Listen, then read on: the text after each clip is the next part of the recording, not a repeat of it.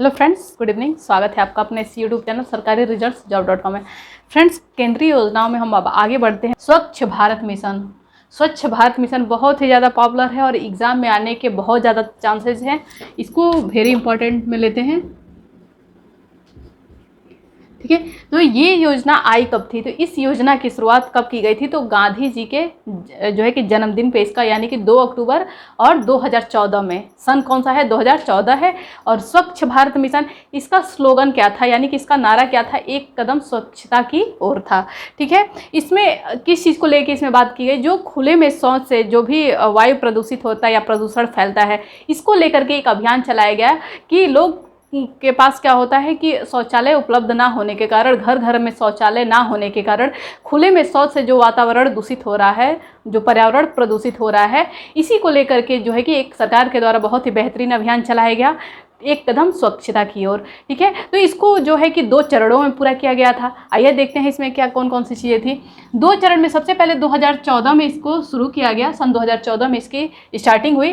तो इसका लक्ष्य रखा गया था पहले चरण में 2 अक्टूबर 2019 तक।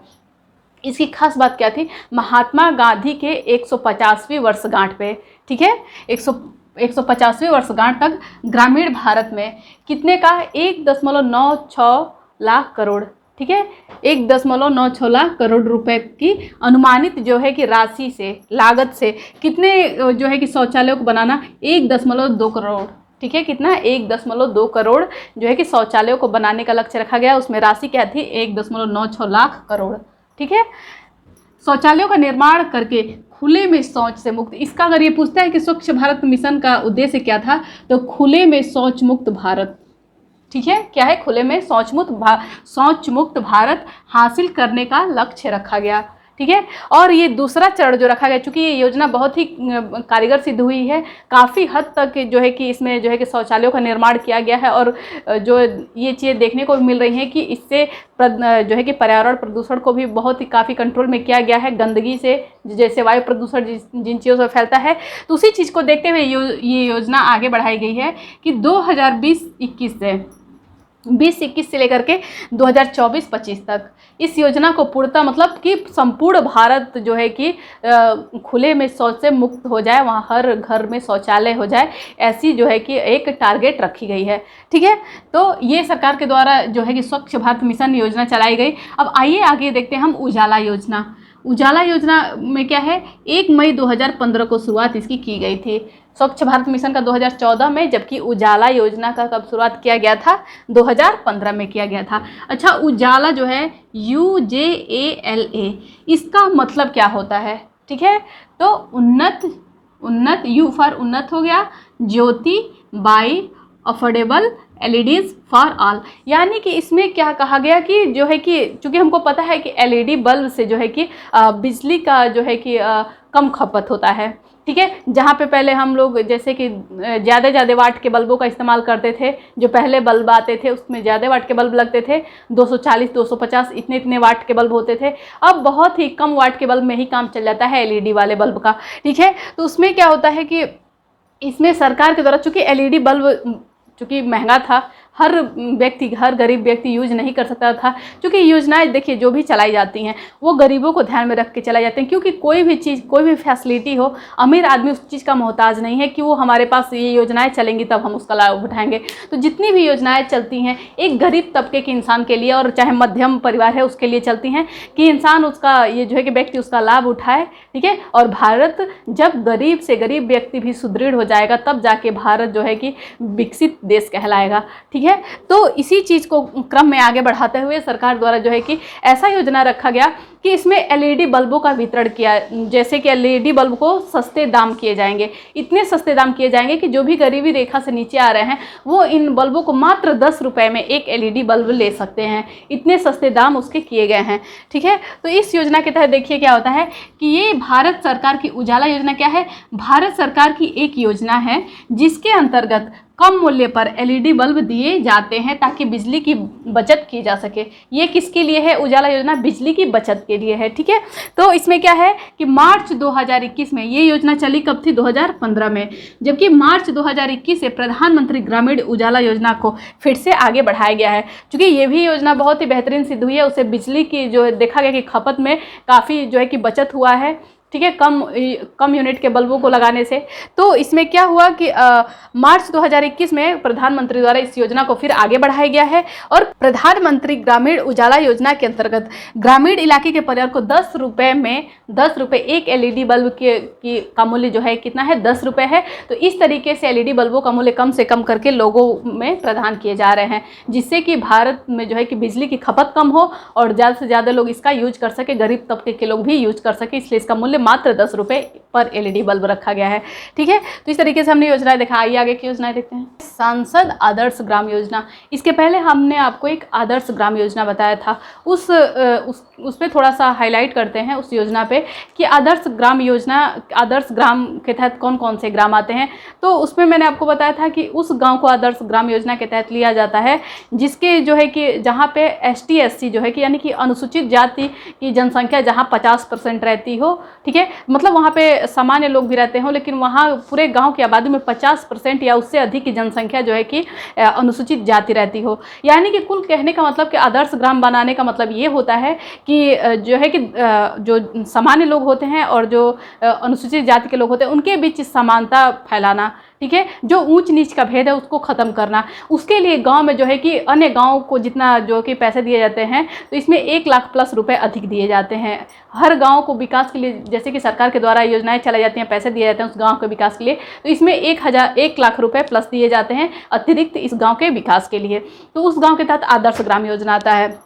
अब हम देखते हैं सांसद आदर्श ग्राम योजना, ये कब चलाया गया था? तो ये स्वच्छ भारत मिशन जब 2014 में चलाया गया था, तो उसी टाइम सांसद आदर्श ग्राम योजना भी चलाया गया।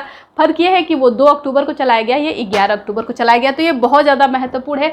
आइए देखते हैं कि किस तरीके से, क्योंकि 2014 में जो है कि प्रधानमंत्री ने बहुत बड़े बड़े कदम उठाए थे, उसमें उनका एक योजना उनके तरफ से ये भी बहुत ही बेहतरीन था, स्वच्छ भारत मिशन, और सेकेंड नंबर पे सांसद आदर्श ग्राम योजना, ये भी बहुत ज़्यादा महत्वपूर्ण है। आइए देखते हैं कि इसमें क्या है और किस तरीके के क्वेश्चन इसमें पूछे जाने की बहुत ज़्यादा संभावना है। ठीक है, अभी मैं आपको बताती हूँ कि कहाँ से क्वेश्चन पूछे जाने की। क्योंकि देखिए, किसी भी योजना का अगर विशेषता प्रधानमंत्री उस योजना के तहत कोई कार्य करते हैं या फिर मुख्यमंत्री करते हैं, तो वो बहुत ही ज़्यादा इंपॉर्टेंट हो जाता है। अभी मैं इसमें आपको दिखाती हूँ। ये सबसे पहले आइए जानते हैं कि ये शुरू कब किया गया। तो इस योजना की शुरुआत कब की गई? तो 11 अक्टूबर को। उस दिन क्या था स्पेशल? तो लोक नायक जयप्रकाश नारायण की जयंती के अवसर पे इसको कराया गया। लोक नायक जो जयप्रकाश नारायण थे, उनके जो है कि जयंती पे इसको किया गया। ठीक है, यह योजना संसद के दोनों सदनों को प्रोत्साहित करती है। इस योजना का काम क्या है? ठीक है, आदर्श ग्राम योजना तो आपने पहले पढ़ा था कि इस योजना के अंतर्गत ये आता है, लेकिन चूंकि आगे सांसद लगा है, तो यानी कि संसद के दोनों सदनों को ये योजना प्रोत्साहित करती है कि वो अपने क्षेत्र में, निर्वाचित क्षेत्र में, जिस भी क्षेत्र में उनका निर्वाचन है, तो वो अपने निर्वाचित क्षेत्र में कम से कम ऐसा एक ग्राम देखें जिसको आदर्श ग्राम के तहत लिया जाए। ये सांसदों पे एक जो है कि उनके प्रोत्साहन के लिए एक ये योजना चलाई गई है। ठीक है, तो निर्वाचित क्षेत्र में कम से कम एक गांव की पहचान करें और आदर्श गांव के रूप में उसका विकास करें। यानी कि कहने का मतलब कि समानता फैलाना, जो है कि ऊंच नीच का भेद खत्म करना, उस गांव में अतिरिक्त पैसे देके उस गांव का डेवलपमेंट करना। ठीक है, तो इसमें इंपॉर्टेंट क्या है, इस योजना को बार बार इंपॉर्टेंट क्यों कहा जा रहा है? तो इसमें है कि PM नरेंद्र मोदी जी ने, ठीक है, नरेंद्र मोदी जी द्वारा जो संसद क्षेत्र उनका क्या है, नरेंद्र मोदी का संसदीय क्षेत्र कौन सा है? वाराणसी है। ठीक है, तो इसमें है कि सबसे पहले इस योजना को सबसे पहले किसने शुरुआत की? तो PM नरेंद्र मोदी ने सबसे पहले अपने संसदीय क्षेत्र वाराणसी के जयापुर ग्राम में। ये क्वेश्चन बहुत ही ज़्यादा इंपॉर्टेंट है, यहाँ से बार बार कह रही हूँ कि ध्यान दीजिएगा कि पूछेगा कि सांसद आदर्श योजना की शुरुआत सबसे पहले किसके द्वारा की गई। अगर इस तरीके का बनता है तो PM नरेंद्र मोदी, चूँकि इतना ईजी चीज़ नहीं पूछेगा, इसमें ये जरूर क्वेश्चन आएगा कि सबसे पहले सांसद आदर्श ग्राम योजना के तहत नरेंद्र मोदी ने सबसे पहले किस गाँव को आदर्श ग्राम के रूप में जो है कि उसको आदर्श ग्राम के रूप में चयन किया था, तो वो गाँव कौन सा था? जयापुर। वो उनके सांसद वाराणसी क्षेत्र में आता है, जहाँ के वो सांसद हैं, ठीक है, उनके संसदीय क्षेत्र है वाराणसी, तो वहाँ का गाँव जयापुर है। ये चीज़ ध्यान में रखें कि जयापुर ग्राम का चयन इस योजना के तहत किया गया था, ठीक है। अब आइए सेकंड नंबर पे देखते हैं कि प्रधानमंत्री मुद्रा योजना, इस योजना की शुरुआत कब की गई थी? तो ये 8 अप्रैल 2015 को, ठीक है, 8 अप्रैल 2015 को की गई थी। मुद्रा कहने का मतलब क्या है यहाँ पे, ठीक है, इसमें भी देखते हैं कि किस तरीके के क्वेश्चन बन सकते हैं। तो देखिए कभी कभी कुछ जो है कि इंपॉर्टेंट अगर हाईलाइट करके किसी भी चीज़ का फुल फॉर्म लिखता है तो मतलब मुद्रा का मतलब इसमें कुछ मीनिंग है। आइए देखते हैं क्या है। माइक्रो यूनिट्स, ठीक है, डेवलपमेंट रीफाइनेंस एजेंसी, ठीक है। तो कभी कभी क्या करता है क्वेश्चन इस तरीके से बनाता है कि मुद्रा में जैसे कि 4 ऑप्शन दिए रहेंगे कि मुद्रा का इनमें से फुल फॉर्म कौन सा है, तो माइक्रो यूनिट्स डेवलपमेंट की जगह डिपार्टमेंट करके दे सकता है, कोई भी एक शब्द इसमें से डिफरेंट कर देगा। तो चूंकि जब आपको पता रहता है तो आप ऑप्शन सही कर ले जाते हैं, ठीक है। तो ये सब चीज़ें बस एक बार आप रीड कर लेंगे। इन सब चीज़ों में ये खासियत होती है कि किसी भी चीज़ का फुल फॉर्म पूछता है तो उसकी खासियत ये होती है कि आप एक बार रीड कर लिए होते हैं तो आपसे वो गलती नहीं होती है। और फुल फॉर्म अक्सर क्वेश्चन में पूछे जाते हैं। आपने देखा होगा कि किसी भी तरीके का एग्जाम हम अब दे रहे हैं तो उसमें एक फुल फॉर्म जरूर पूछता है किसी भी चीज़ का पूरा नाम। तो इसमें है कि micro units development refinance agency है, मुद्रा का फुल फॉर्म है, ठीक है। इसमें उद्देश्य क्या था? तो उद्देश्य है कि केंद्र सरकार की मुद्रा योजना के 2 उद्देश्य हैं। किस किस तरीके के? सबसे पहला है कि स्वरोजगार के लिए आसानी से लोन देना। ये जो है कि मुद्रा योजना जो है कि एक लोन प्रोवाइड करने वाली योजना है कि इससे अगर व्यक्ति छोटे उद्योग करना चाहता है उसके लिए सरकार लोन देने के लिए तैयार है। प्लस जो है कि अगर स्वरोजगार के लिए अपना कोई भी छोटा मोटा हम कारोबार करना चाहते हैं तो उसके लिए ये योजना, ये जो है कि स्वरोजगार के लिए आसानी से लोन देगा, ठीक है। तो ये योजना तो मुझे लगता है कि बच्चों को ये योजना और इसलिए हाईलाइटेड करके बताया जाए क्योंकि अब जिस तरीके से वैकेंसियाँ आ रही हैं और निरस्त हो रही हैं तो लगता है कि स्वरोजगार योजना की बहुत ज़्यादा ज़रूरत पड़ेगी। तो स्वरोजगार के लिए आसानी से सरकार क्या करेगी? लोन देगी, ठीक है। और छोटे उद्योगों के जरिए रोजगार को बढ़ावा देना, यानी कि छोटे छोटे उद्यम जैसे कि कोई भी अपना छोटा सा कारखाना खोल देना जिस भी तरीके का, तो उसमें सरकार लोन देगी। और सबसे आसानी से लोन देने का क्या मतलब है कि जैसे कि हम लोन लेते हैं तो बहुत से झंझट होता है उसमें, दुनिया भर का जैसे उसमें बहुत सारे नियम कानून होते हैं, तो व्यक्ति कहीं ना कहीं लोन लेने से उससे भी पीछे हटता है, कुछ करना भी चाहता है तो उसके पूरे प्रक्रिया को देख के लगता है कि इतना कौन जो है कि पेचीदा इस चीज़ को बनाएगा। तो यहाँ पे एक चीज़ ये होता है कि स्वरोजगार के लिए आसानी से लोन मिलेगा, उसके लिए कुछ डॉक्यूमेंट चाहिए होते हैं, वो सारे जो है कि वो देखता है कि ये व्यक्ति स्वरोजगार के लिए व्यक्ति दिखाता है कि ये चीज़ मेरे पास है, ये कारण है, तो उस पर आसानी से जो है कि लोन मिलता है। अब आइए देखते हैं कि किस किस तरीके का इसमें लोन है। 3 तरीके के लोन इसमें दिए जाते हैं। एक शिशु लोन है, किशोर लोन है, एक तरुण लोन है, ठीक है। तो किस लोन के तहत कितने पैसे मिलेंगे? तो अगर आप शिशु लोन ले रहे हैं, शिशु का मतलब चूंकि क्या होता है? छोटा होता है, शिशु मतलब छोटा, ठीक है। तो यहाँ पे ऐसा नहीं है कि ये शिशु लोन बच्चे को दी जाती है, नहीं, यहाँ पे कहने का मतलब है कि शिशु लोन मतलब छोटा लोन। अगर आपको कम पैसे की जरूरत है, यानी कि आपको अगर 50,000 रुपये तक की जरूरत है तो आप शिशु लोन के तहत तो वो लोन लेंगे, ठीक है, उसको शिशु लोन बोला जाता है। किशोर लोन किसको कहते हैं? जब आपको 50,000 से जो है कि 50,000 से 5 लाख तक के बीच में आपको राशि चाहिए अपने उद्योग के लिए, तो वहाँ पर आपको जो है कि किशोर लोन लेना पड़ेगा। तरुण लोन क्या होता है? इसमें है कि इस लोन के तहत 5 लाख से 10 लाख तक की लोन जो है कि आपको कर्ज के रूप में दी जाएगी, ठीक है।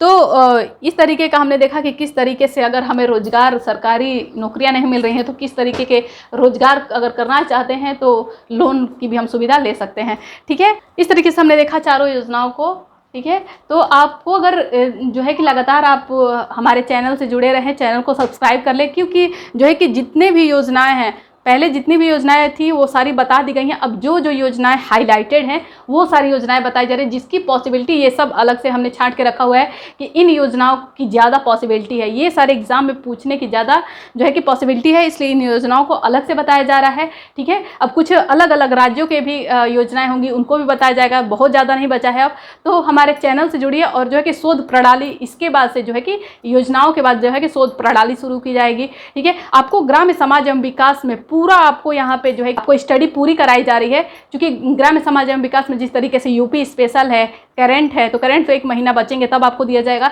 लेकिन इधर जो है कि कोशिश पूरी यही है कि ग्राम्य समाज एवं विकास के ये सारे चैप्टर्स और उसके साथ यूपी स्पेशल आपको इतना बेहतरीन तरीके से दिया जाए कि आप 22+ ही जाएं। बस आपको पढ़ने की ज़रूरत है, एकदम ध्यान लगा के पढ़ें, मन लगा के पढ़ें, एग्ज़ाम होना ही होना है।